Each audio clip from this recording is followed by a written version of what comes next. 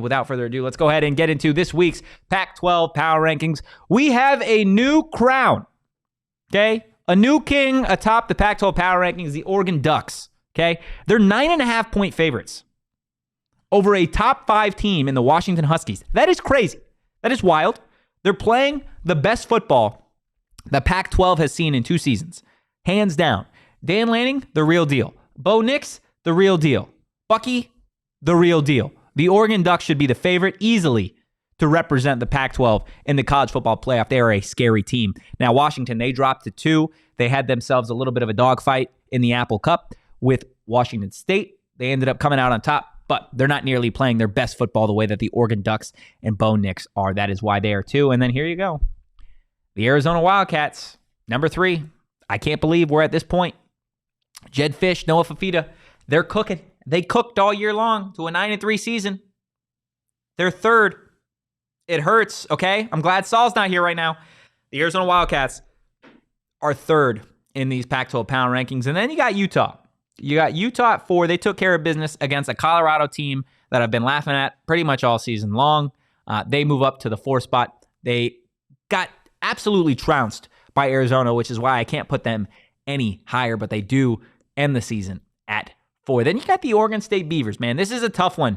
They've had themselves a hell of a 2 weeks because they ain't got a coach though. Yeah, they don't got a coach. They don't got a conference. They don't got a whole hell of a lot in Corvallis right now. But Oregon State, they did have one heck of a season. DJ Uiagalelei leading that offense. The defense was as good as advertised, and I feel bad. I do feel bad for these Oregon State fans because I think you saw just how much a top 25 season meant to them. You see how much college football means to them. And Jonathan Smith, to his credit, he's going to get dragged through the mud for leaving the way he did, for going to Michigan State. He built a program. He built a program from the ground up, and it is going to be a difficult task for whoever is there next and fills those shoes to try and carry the load of what Oregon State has done over the last couple of seasons. But moving along in the Pac-12 Power Rankings, coming in next, ladies and gentlemen, we go from Oregon State to Cal. Cal, I'm going to give you your flowers, dude. This one hurts too, because all year long I've been saying about how much I didn't like Cal, how much the program was, but they did what they did, man. Cal took care of business. You go look at that last game of the season against UCLA. They beat the crap out of them, okay? The Cal Bears, props to them, similar to Oregon State, don't have a conference. Or no, they're in the ACC.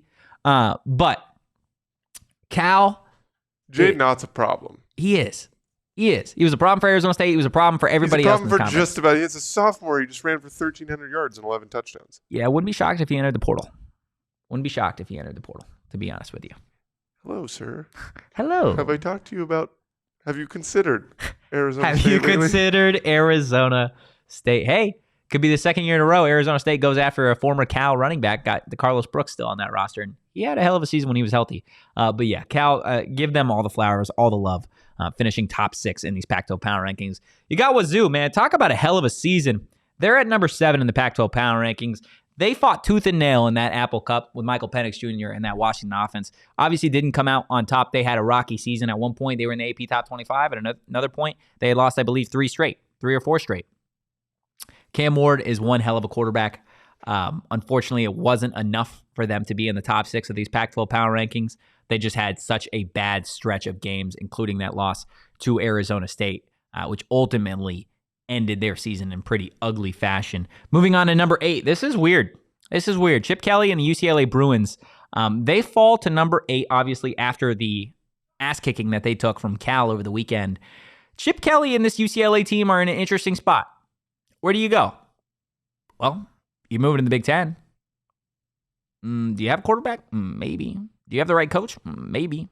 But now you got to go play USC, Ohio State, Oregon, Washington, a new Michigan State team, on top of all of the other behemoths in the Big Ten. Good luck and good riddance to the UCLA Bruins as a part of the Pac-12. USC, the other LA stepchild. What a failure of a season for Lincoln Riley and Caleb Williams, finishing the Pac-12 Power Rankings at number 9. At one point, an AP top 10 team, falling to number 9 in this conference after just not being able to play defense. It's crazy. You know what they say? Offense entertains, but defense wins championships. And Alex Grinch, at one point the defensive coordinator for USC, I don't think he knew that. I think he enjoyed living in his $4 million mansion in Los Angeles by the beach. Didn't really care too much about coaching the defense. It's a bummer, though. Real bummer. USC's defense on its way to the Big Ten to get absolutely embarrassed every single week. And hey, Lincoln, just a reminder, you can't take Caleb Williams with you anymore. He's probably headed to the league where he's going to make some money and probably be on an even worse defense than USC. So shout out the USC Trojans for finishing number 9 in these Pac-12 Power Rankings. Moving on to, this one hurts even more, number 10. This is where you surprised me. Colorado finishing number 10. This is, technically, Colorado, I believe, finished last in the conference because of their conference record. Their only win was against Arizona State. But I'm going to be real. It's going to be interesting to see what Coach Prime Sanders does in the offseason. They've lost a handful of recruits and commits already based off of the way that they finished the season. Arizona State was their last win. They lost out after that. Not a good look. The offensive line is bad. Like Deion said, there's going to be coaching changes. Shador's not going to be there forever. Deion's going to have to figure it out if they're going to want to make any sort of room or any sort of jump into the AP Top 25 consistently or in these Pac-12 Power Rankings. Number 11, the Arizona State Sun Devils. Man, this one's tough. But in reality, with the injuries, with the uncertainty at quarterback, with the offensive coordinators switching from Bo Baldwin to Kenny Dillingham, the defense going from one of the hottest units in the Pac-12 to a group that gets embarrassed by Arizona, I think 11's where you got to put them. Seriously, it hurts, but I think Kenny Dillingham and the staff, they're going to be on the right track. They're going to get this team right. They're going to get this program right on its way to the Big 12.